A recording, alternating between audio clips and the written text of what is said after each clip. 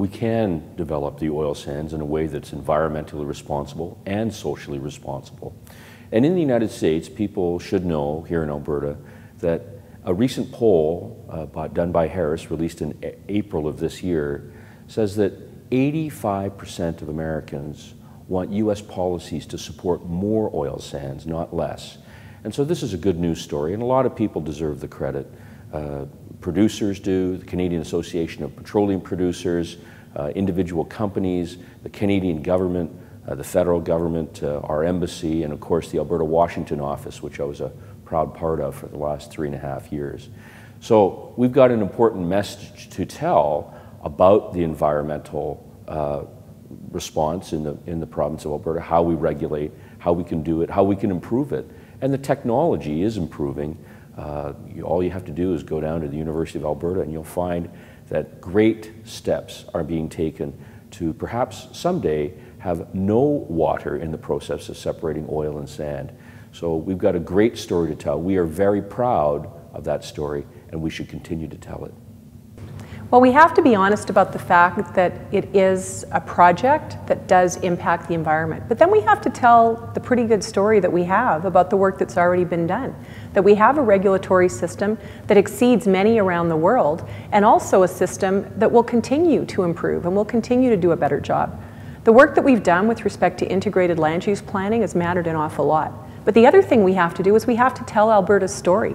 Not just say that the oil sands produces a lot of money for the rest of Canada, but talk about Alberta, the kind of community that we are, how proud we are to live here, whether we're talking about our health care, education, or safe schools, and explain to people that all of this comes together in our province in terms of environmental management and the way that we live, so that other Canadians can also be proud of what we've achieved and feel part of what we need to do in the future in our own oil sands.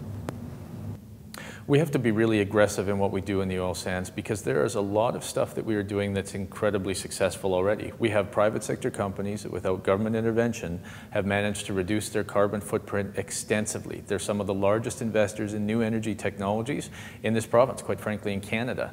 So we need to advertise with them on just how important the oil sands is and what it does to help transform our economy and how it's responsible for developing new energy sources and technology.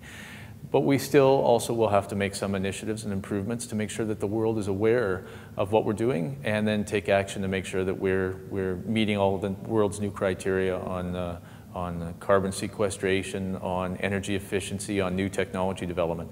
So the oil sands positions us perfectly as having the tools to make sure that we're at the cutting edge of new technology and allows us to make sure that we can transition there by having a secure supply of energy for North America for the short term.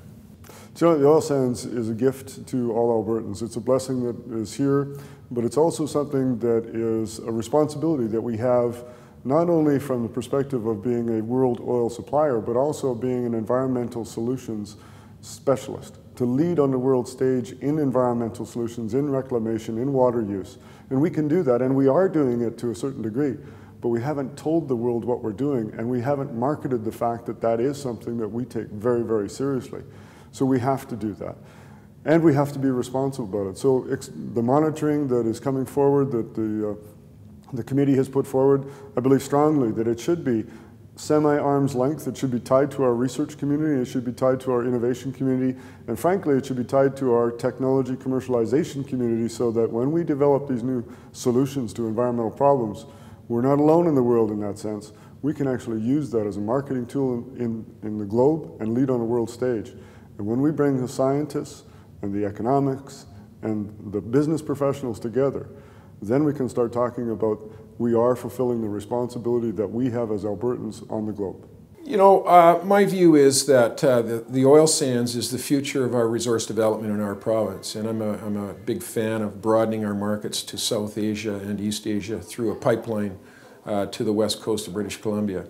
You know, I'm a little tired of playing defense with our natural resources. They are who we are, pays for our health care, pays for our education, and we shouldn't be dictated by Ottawa or Washington or movie producers from Los Angeles as to how we develop our oil sands.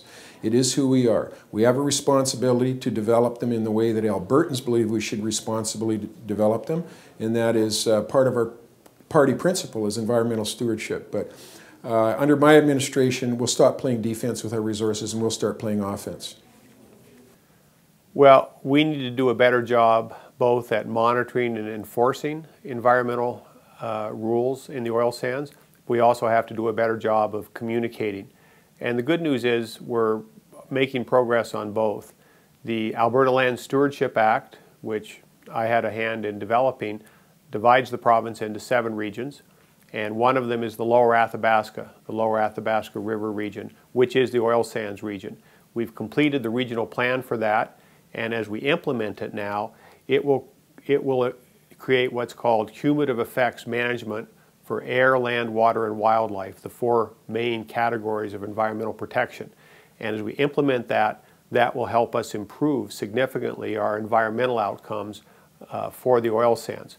In addition to improving our performance, though, we definitely have to improve our communications. We've taken a big step in the right direction in that in the last 3 years with a representative in Washington that's communicating with key lawmakers and opinion makers in the United States, but we need to double that effort and continue it. Actually, we're making good progress, both in Eastern Canada and in the U.S. Attitudes towards the oil sands are improving, partly because of our better performance, partly because of our communications effort, but we have to keep improving both ourselves.